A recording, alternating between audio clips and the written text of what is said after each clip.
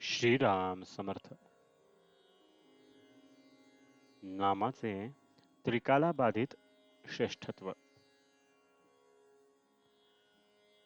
नाम हे सच्चिदानंद स्वरूप आहे. शुद्ध परमात्मा स्वरूपाच्या अगदी अगदी जवळ कुणी असेल तर ते फक्त नामच होय. नाम हे चिन्मय असल्यामुळे त्याचा आनंद ओसंडून येतो आणि ही सृष्टी तयार होते. अनेक रूपे घडवणे, ती मोडणे आणि नवीन तयार करणे, पण आपण स्वतः मात्र मूळ स्वरूपाने राहणे, ही केवढी विलक्षण लीला आहे. खरोखर तुम्हाला मी काय सांगू. बोलायला शिकल्यापासून आजपर्यंत मी नामाबद्दलच बोलत आहे. अजून नामाचे महात्म्य संपत नाही. नामाचे महात्म्य सांगून संपले तर भगवंताचे भगवंत पण लटके झाले असे समजावे. जो नामात मीपणाने नाहीसा झाला त्यालाच नामाच्या महात्म्याची कल्पना आली.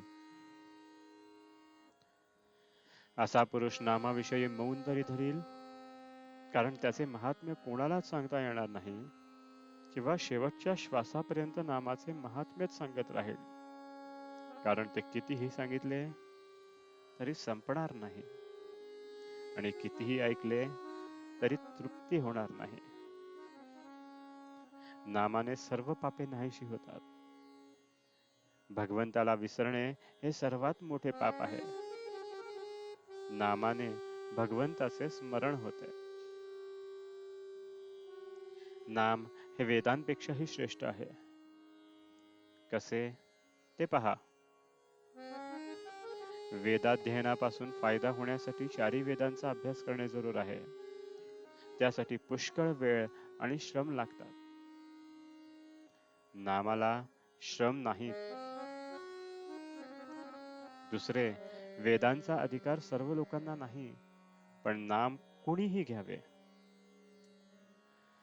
वेदांच्या मंत्रांचा आरंभ ओंकारानेच होतो, म्हणून वेदारंभी देखील नामच आहे. नाम हे तीर्थयात्रेपेक्षा श्रेष्ठ आहे. अंतरंगामध्ये बदल होण्यासाठी यात्रा करायची असते, पण त्याला श्रम, पैसा, प्रकृती वगैरे गोष्टी अनुकूल असाव्या लागतात. नाम हे घर बसल्या अंतरंग बदलण्याचा अनुभव आणून देते. पंढरपूरला जाऊन नाम घेण्याचे जर न शिकला तर जाणे व्यर्थ गेले म्हणावे. नाम घ्यावे अशी बुद्धी होण्यासाठीच तिथे जाणे जरूर आहे. नाम हे सर्व सत्कर्मांचा राजा आहे. सत म्हणजे भगवंत. त्याच्याकडे नेणारे जे कर्म तेच सत्कर्म. इतर कर्मे आडवळणाने भगवंताकडे नेतात. नाम हे साक्षात भगवंताकडे पोहोचवते. नामाने भवरोग नाहीसा होतो. भव म्हणजे विषय.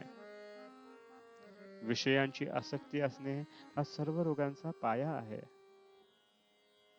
नाम घेतल्याने भगवंताकडे प्रेम लागते आणि इतर ठिकाणची आसक्ती सुटते.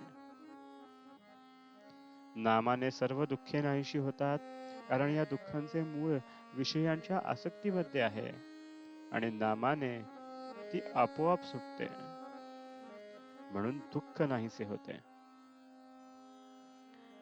शिवाय भगवंत हा आनंद रूप असल्याने त्याला नामाने घट्ट धरला की दुःख त्या ठिकाणी कसे राहू शकेल.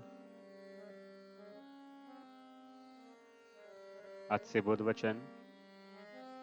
प्रत्येक मनुष्याने भगवंताचे नाम घ्यावे, त्याचे ध्यान करावे, त्याच्या स्मरणात राहावे आणि आपल्या जन्माचे सार्थक करून घ्यावे.